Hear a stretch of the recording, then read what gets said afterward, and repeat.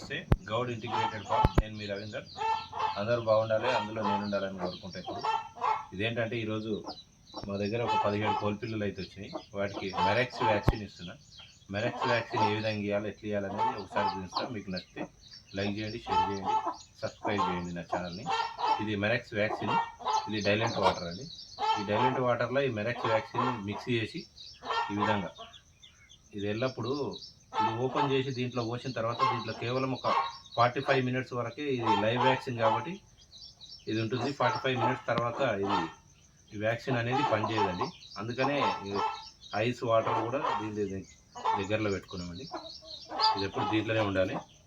ఈ మెరెక్స్ వ్యాక్సిన్ అనేది ఏంటంటే పర్ బర్డ్ 2 ml ఇవ్వాలండి. పర్ బర్డ్ 2 ml మెరెక్స్ వ్యాక్సిన్ అనేది ఇవ్వాలి. అది నెక్ పైన ఇవ్వాలి. ఏ విధంగా ఇవ్వాలనేది చూపిస్తాను. ఇది 2 ml తీసుకున్నా. ఇది 18 mm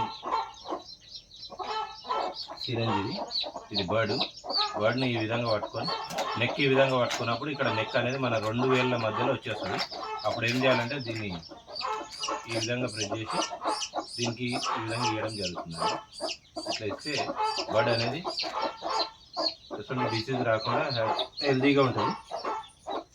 అయితే కొంతమంది ఏంటంటే 6 days తర్వాత ఇస్తారు లైవ్ వ్యాక్సిన్. దాంట్లో ఈ మెరెక్స్ అనేది కంపల్సరీగా day 1 6 అంటే పుట్టిన బర్డ్ 24 hours లోపల ఈ వ్యాక్సిన్ అనేది చేయాలి.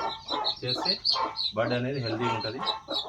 కాబట్టి ఎవరికైనా అంటే ఇంకేమైనా దీని మీద ఏమైనా అవగాహన నేను చేసే దాంట్లో ఏదైనా పొరపాట్లు ఉంటే దయచేసి చెప్పగలరు నాకు. బాయ్ అండి, నమస్తే.